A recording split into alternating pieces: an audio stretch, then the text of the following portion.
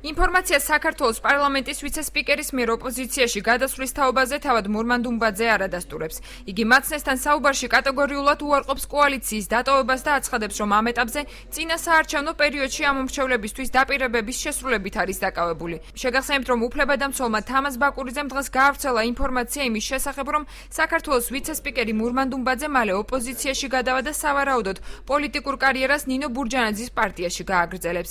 ბაკურიძემ ასევე აღნიშნა, რომ მურმან დუმბაძე ხშირად თვითმმართველობების საქმიანობაში ერევა, რაზეც პრემიერისაგან არაერთხელ მიიღო გაფრთხილება. ბატონმა მურმანმა გააგრძელა კვლავ ჩარევები სხვადასხვა სტრუქტურებში, რაიონის გამგეობებში.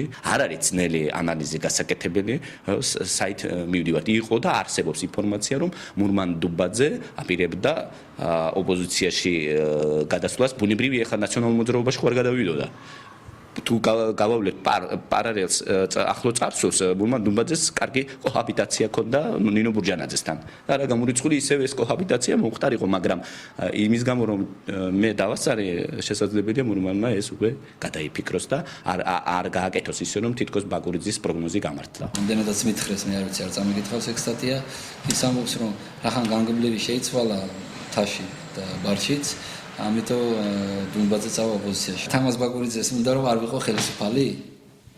თუ უნდა რომ ხელისუფალი არ ვიყო, მას მოუწევს ჩემი ყოფნა ხელისუფლებაში ამისათანა. დაიტანოს. სხვა გზა არ არის. 2012 წლის 1 ოქტომბერს საქართველოს მოქალაქეებს დავპირდი, რომ მე აქამდე ვასრულებდი დანაპირებს ოპოზიციიდან, ახლა შევასრულებ ხელისუფლებიდან.